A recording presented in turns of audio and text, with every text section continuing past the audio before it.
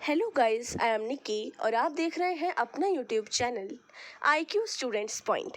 So guys, सबसे पहली चीज़ आप लोगों ने मुझसे बोली कि मीडिया एंड एजुकेशन का जो मैम सब्जेक्ट है 6 सेमेस्टर का मेन सब्जेक्ट एजुकेशन का जो आपको दिया गया है उसके इंपॉर्टेंट क्वेश्चन सीरीज़ आप हमें प्रोवाइड कर दीजिए तो आपकी बड़ी मेहरबानी होगी। बेटा, ये मेहरबानी नहीं है, ये आप लोगों का हक था, आपने जो मांगा। मैंने आप लोगों को बीच में बोला था कि मैं दूंगी, बट मेरी तबीयत काफ़ी ख़राब हो गई थी, कोल्ड और कफ़ हो गया था जिससे बोला भी नहीं जा रहा था और अब भी आवाज़ में इतना सुधार नहीं आया है, भारी लग रही होगी आपको, लेकिन आपके पेपर हैं तो ये ज़रूरी है। तो मैं आप लोगों को कुछ इंपॉर्टेंट क्वेश्चंस दिखाने जा रही हूँ, उनके आंसर्स मैं आपको साथ में बताऊँगी, आप उसको कॉपी कर लेना और उनको याद कर लेना। सबसे पहला क्वेश्चन है, explain the use of radio and audio media in education. शिक्षा में रेडियो और श्रव्य माध्यम के उपयोग को बताना है। देखो जी, रेडियो और ऑडियो की बात अगर यहाँ आ ही रही है तो मैं आप लोगों को पहले ये चीज़ आपको इंट्रोडक्शन में डिस्क्राइब करनी है कि रेडियो हमारा एकमात्र ऐसा साधन है जो अब से नहीं, कई सालों पहले से बहुत कारगर रहा है, मतलब बहुत हेल्पफुल रहा है। ठीक है, इसके अलावा आपको ये चीज़ बतानी है कि रेडियो ने हमारी आज़ादी के बाद और आज़ादी से पहले बहुत मदद करी है। रेडियो से ही हमें हर चीज़ की नॉलेज हुआ करती थी। रेडियो ने ही हमें हर चीज़ के बारे में बताया, समझाया, दिखाया।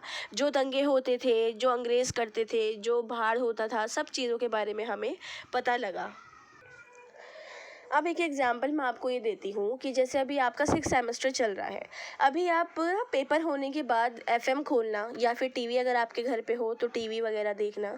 उसमें आप देखना कि किस तरीके से आफ्टर, जैसे अब ख़त्म होगा ना सब कुछ, बच्चों के सेशन ख़त्म होंगे, तो इसके बाद ना यूनिवर्सिटीज़ के, स्कूल्स के, कॉलेजेस के और इंस्टीट्यूट्स के, कोचिंग्स के, इन सब के एड्स आए होंगे।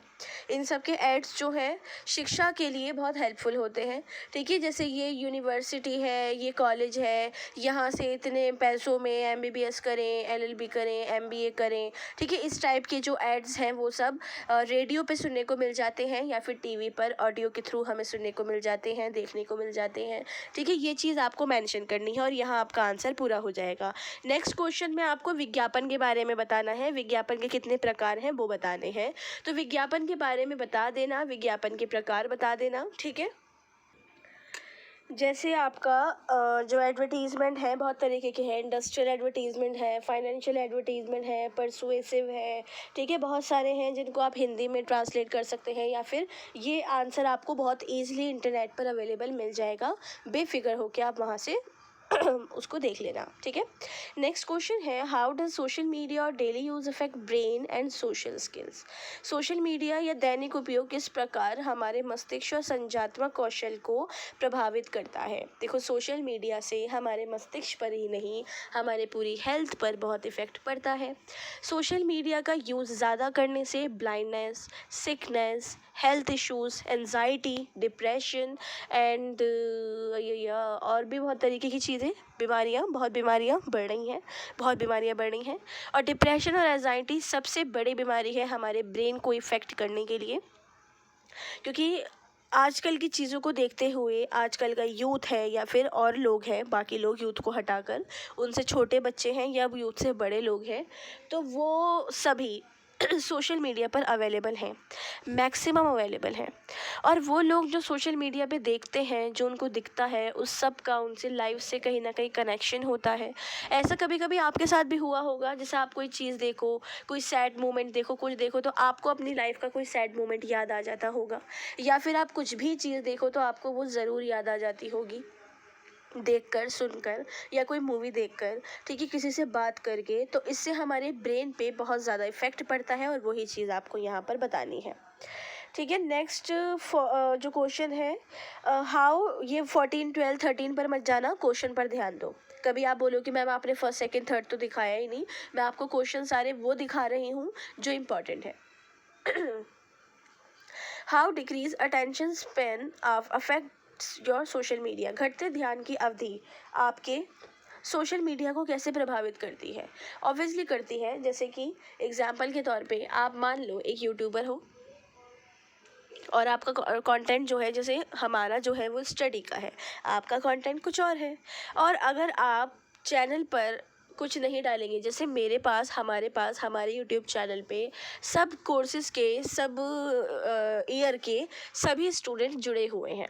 अब अगर मैं एक वक्त पे कुछ चीज़ नहीं भी डालती हूँ तो उसका इफ़ेक्ट स्टूडेंट्स पे नहीं पड़ेगा, क्योंकि जब कुछ आएगा ही नहीं, जब कुछ होगा ही नहीं तो मैं क्या ही डालूँगी। लेकिन एंटरटेनमेंट चैनल है या कुछ ऐसी चीज़ है तो उस पर डालना ज़रूरी है। वो बहुत ज़्यादा इफ़ेक्ट करता है सोशल मीडिया पे। इस सब चीज़ एग्ज़ाम्पल मैं आपको बताऊँ, जैसे मैं व्हाट्सएप पे बहुत ही रेयर केस में स्टोरी डालती हूँ जब कोई चीज़ मुझे स्टूडेंट तक पहुँचानी होती है, कोई नॉलेज देनी होती है, या कोई थॉट ऐसा मुझे लगता है कि बच्चे मोटिवेट हो सकते हैं, तो मैं वो डालती हूँ ताकि स्टूडेंट देखें और थोड़ा बहुत मोटिवेशन उनको मिल सके। ठीक है, तो उसका ये अंजाम रहता है। जैसे मेरे फ्रेंड सर्कल हैं, टीचर्स हैं, डॉक्टर्स हैं, बहुत सारे लोग हैं, वो लोग ही बोलते हैं कि हाँ चलो कभी तो स्टोरी डाली, हमें एहसास हुआ कि आप व्हाट्सएप पे हो मैम। तो वो बहुत सारे स्टूडेंट भी ये चीज़ बोलते हैं। तो सोशल मीडिया पर अपडेट ना रहने से घटते ध्यान की अवधि आपके सोशल मीडिया को बहुत ज़्यादा इफ़ेक्ट करती है, बहुत ही ज़्यादा इफ़ेक्ट करती है। अगर आप फेसबुक, इंस्टाग्राम टाइप चीज़ों की बात करो तो शायद, मुझे पता नहीं क्योंकि मैं ये यूज़ नहीं करती हूँ, शायद ये चीज़ें बंद भी हो जाती हैं कुछ टाइम तक, या आप पासवर्ड भूल जाते हैं, ऐसा कुछ हो जाता है। तो इसके अंदर वो आएगा, ठीक है, जो मैंने आपको बताया। ठीक है, नेक्स्ट क्वेश्चन है, using the example of television serial discuss how it is difficult for them to maintain historical authenticities while portraying historical event and personalities. Television धारावाहिक का उदाहरण लेकर चर्चा कीजिए कि उनके लिए ऐतिहासिक घटना और व्यक्तित्वों के चित्रण में प्रामाणिकता बनाए रखना कितना मुश्किल होता है। बिल्कुल होता है। जैसे एग्जाम्पल मैं आपको बताऊं, महाभारत, रामायण जैसी चीज़ों को आप लो, ये जब टीवी पर दिखाई जाती हैं तो इसके अंदर आप ये देखो कि कितनी मुश्किल से हर चीज़ बनाई जाती है। सेटअप है, हर एक का ड्रेसिंग है, ज्वेलरी है, उनका मेकअप है, उनकी हर चीज़ बहुत मुश्किल से होती है। उस चीज़ को शूट करने में कितना टाइम लगता है, क्या लगता है, लेकिन आखिरकार वो हिस्टोरिकल चीज़ हमारे तक पहुंच जाती है। अब हिस्टोरिकल चीज़ की बात हो रही है तो ऑब्वियसली आप रामायण, रामलीला, रासलीला इन टाइप की चीज़ों की ही बात करोगे। आप कोई और टाइप का सीरियल यूज़ मत कर लेना, ठीक है, जो आजकल के ज़माने में भी चल रहे हों। मुझे नहीं पता कौन से सीरियल चल रहे हैं, लेकिन कोई भी सीरियल चल रहे हो तो उनका मत लेना। हिस्टोरिकल पूछ रहे हैं तो हिस्टोरिकल बताओ, ठीक है। रामायण, महाभारत सबसे बेस्ट एग्जाम्पल है हमारी डिफ़िकल्टीज़ को, मतलब हमारी इन द सेंस कि उनकी डिफ़िकल्टीज़ को दिखाने के लिए कि किस तरीके से बहुत मुश्किल से उनको ड्रेसअप किया जाता है, उनकी हर चीज़ें की जाती हैं, ठीक है। हर तरीके की चीज़ को उस मतलब सेटअप के अंदर जो भी चीज़ें रखी गई हैं उनको दिखाना कितना मुश्किल होता है, क्या होता है। फिर उसके बाद हर शख्स के डायलॉग्स जो होते हैं, हर व्यक्ति के डायलॉग इतने मुश्किल होते हैं, इतने मुश्किल, मतलब प्योर हिंदी उसमें इस्तेमाल की जाती है, और वही चीज़ को बताना आपको पड़ेगा इस आंसर के, इस क्वेश्चन के अंदर, ठीक है। जितना हो सके डिफ़िकल्टीज़ दिखा के उसको आसान कर देना, यही आपका मेन मोटिव है इस आंसर के अंदर बताने का। Discuss the possibilities of newspaper text in shaping people's views. लोगों के विचारों को आकार देने में अखबार की विषय वस्तु की जो संभावना होती है उसको बताइए। लोगों के विचारों को आकार देने में अखबार की भूमिका बताना है। भाई देखो, अखबार के अंदर ना 5-6 पेजेस जो होते हैं उसमें हर चीज़ होती है। गेम होते हैं, खेलों का अलग होता है, न्यूज़ अलग होती है, बॉलीवुड अलग होता है, ठीक है, मिसिंग पर्सन है या फिर कोई भी एडवर्टीजमेंट्स हैं उनका पेज अलग होता है, सब चीज़ें होती हैं। अभी कह रहे हैं कि लोगों के विचारों को आकार देने में अखबार की विषय वस्तु की जो संभावना होती है उसको बताना है। तो अखबार, लोगों के विचारों को आकार देने में अखबार की एक बहुत महत्वपूर्ण भूमिका भी रहती है। लोगों का, जैसे कि अब मान लो कोई बिल निकला है, बिल के बारे में कोई भी बात होती है, कुछ भी होती है तो मीडिया आम जनता से पूछती है। आपने देखा होगा सड़कों पे मीडिया वाले घूम के आम जनता से उनकी राय ले रहे होते हैं कि ऐसा ऐसा हुआ है, ऐसा निकला है, आप इसके बारे में क्या पसंद करेंगे या क्या। तो जनता अपनी राय देती है, ये डेमोक्रेटिक कंट्री में ऐसा होता है, ठीक है, और इंडिया इज़ डेमोक्रेटिक कंट्री। तो ये वाली चीज़ जो आपको यहाँ पर बताई जा रही है वो चीज़ आपको बतानी है कि भाई जो चीज़ मीडिया वाले हमसे पूछ के सब चीज़ें करके खबर डालते हैं ना, वो हम लोगों के थॉट्स होते हैं। ऐसा तो नहीं है कि आप लोग मुझसे पढ़ रहे हो तो आप लोगों के थॉट्स भी मुझसे मैच करते हो सकता है कि आप लोगों के, हो क्या सकता है, हाँ, आई मीन ये हो सकता है कि आप लोगों में से कोई एक रेयर 2-3% बच्चा हो ऐसा जिसके थॉट मुझसे मैच कर रहे हों, अदरवाइज सबका नहीं होगा। वो भी थॉट ये नहीं कि बिल्कुल same to same Nikki ma'am ने हाथ हिलाया तो उन्होंने भी हिलाया, निक्की मैम ने सोचा कि आज तो मैं सोऊंगी ही नहीं, मैं वो भी नहीं सोएंगे, नहीं ऐसा कुछ नहीं। थोड़े बहुत थॉट इन द सेंस कि कुछ कुछ चीज़ों में, कि जैसे मान लो कभी कभी ऐसा होता है, एग्जाम्पल मैं अपने फ्रेंड सर्कल का आपको बताऊँ तो फ्रेंड सर्कल में हम कभी साथ बैठते हैं, टीचर्स हैं, बाकी सब लोग हैं, तो कभी बात निकलती है किसी टॉपिक पे, तो कभी कभी ऐसा होता है कि अदर पर्सन, जैसे कोई डॉक्टर की फील्ड में है, वो पर्सन सेम मेरी तरह बात कर लेता है, लेकिन वो तो मुझसे बिल्कुल अलग स्ट्रीम का है ना, वो साइंस स्ट्रीम का, मैं आर्ट्स स्ट्रीम की, उसके बावजूद भी वो शख्स मुझसे ऐसे बात कर पा रहा है। तो ये होते हैं कहीं ना कहीं थॉट्स का मैच करना। अदरवाइज इसका मतलब ये नहीं है कि आप बिल्कुल ही सब कुछ मैच कर दो, ऐसा कुछ नहीं है। ठीक है, नेक्स्ट क्वेश्चन देखते हैं। What are paid news and advertorials? Why is it important to know about them? सशुल्क खबर और एडवर्टोरियल क्या होता है, आपको यहाँ ये बताना है।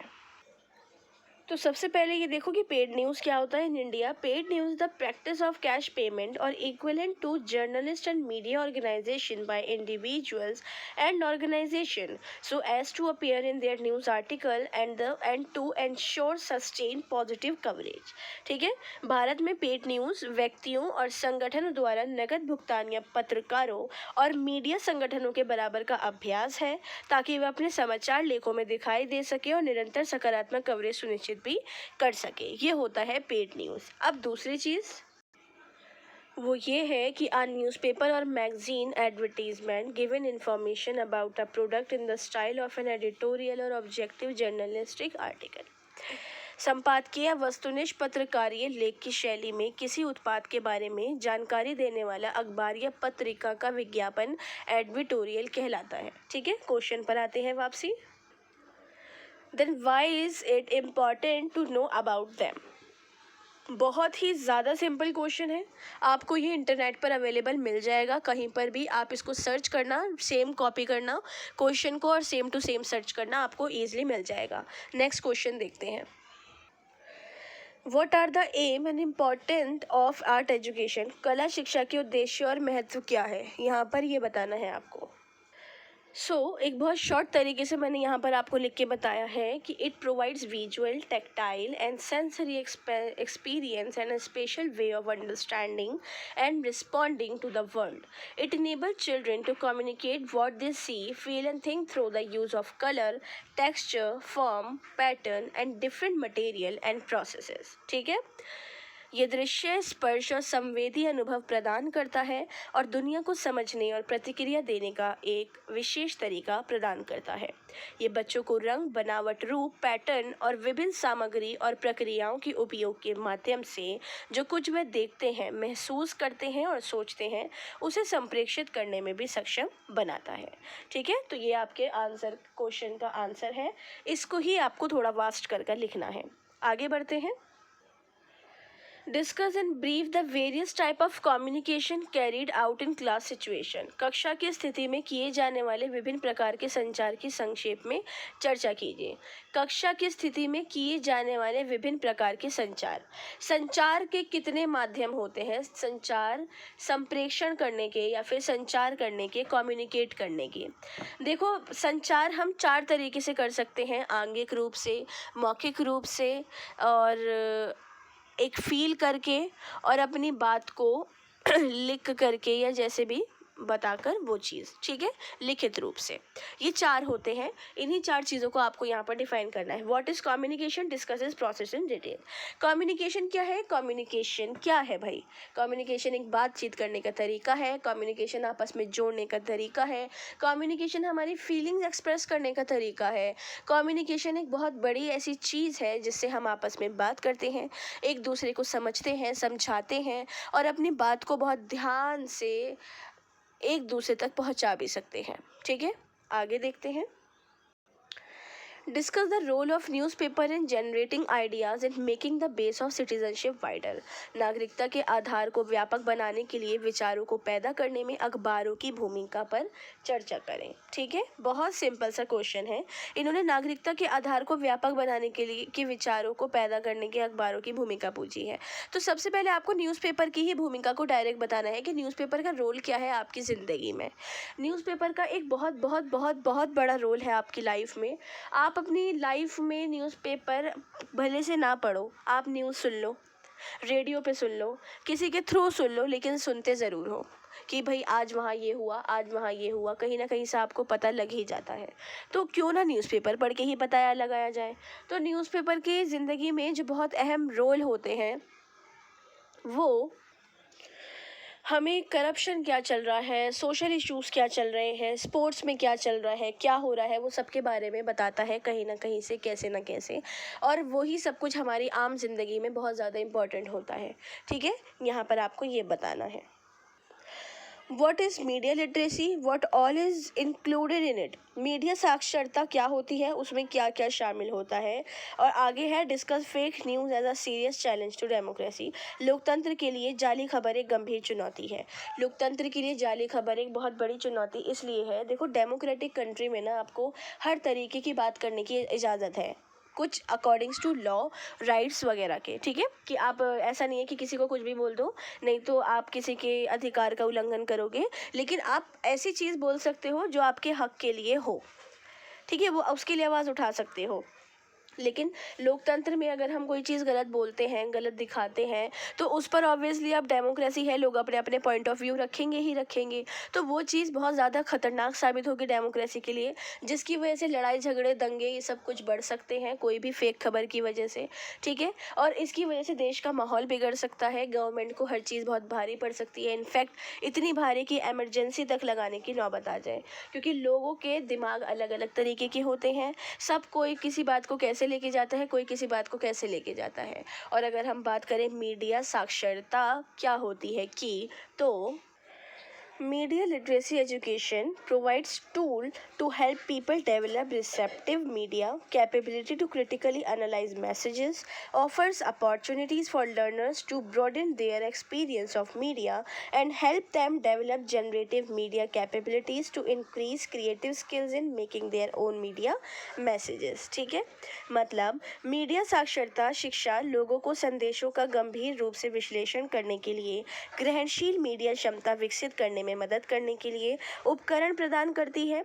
शिक्षार्थियों को मीडिया के अपने अनुभव को व्यापक बनाने के अवसर प्रदान करती है और उन्हें अपने स्वयं के मीडिया संदेश बनाने में रचनात्मक कौशल बढ़ाने के लिए जनरेटिव मीडिया क्षमता विकसित करने में भी मदद करती है। ये होती है मीडिया लिटरेसी, मीडिया साक्षरता। ओके, आगे बढ़ते हैं।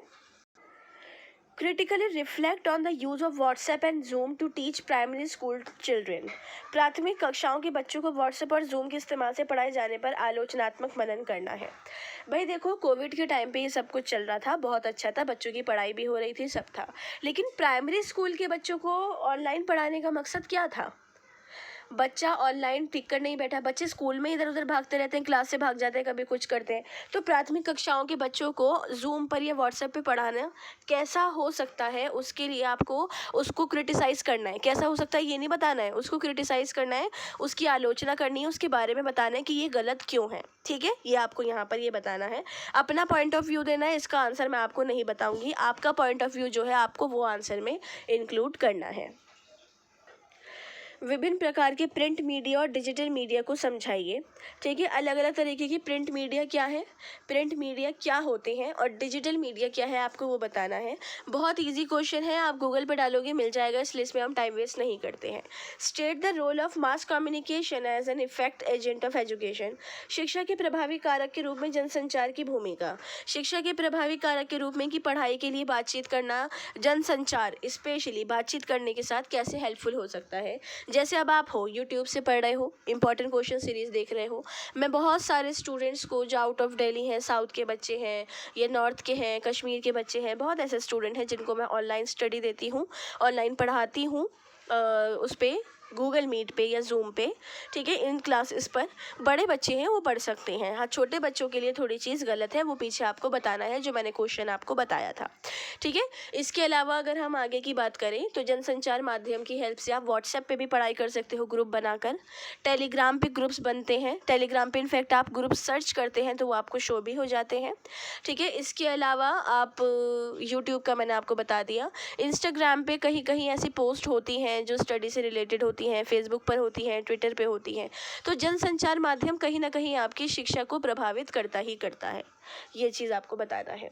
नेक्स्ट है what is visual art, explain the art of expression is visual art. दृश्य कला क्या होती है ये आपको बताना है।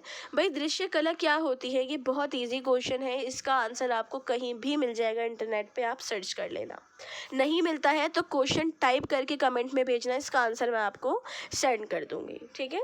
What is mass communication, explain the role of mass communication in the field of education, ठीक है। ये वाला क्वेश्चन और ऊपर वाला क्वेश्चन सेम है, ये मैंने इसलिए ही डाला है साथ में ताकि आपको पता लग जाए कि ये दोनों क्वेश्चन सेम है, दोनों क्वेश्चन कैसा भी आए आंसर उसमें सेम लिखा जाएगा। ओके, आगे बढ़ते हैं।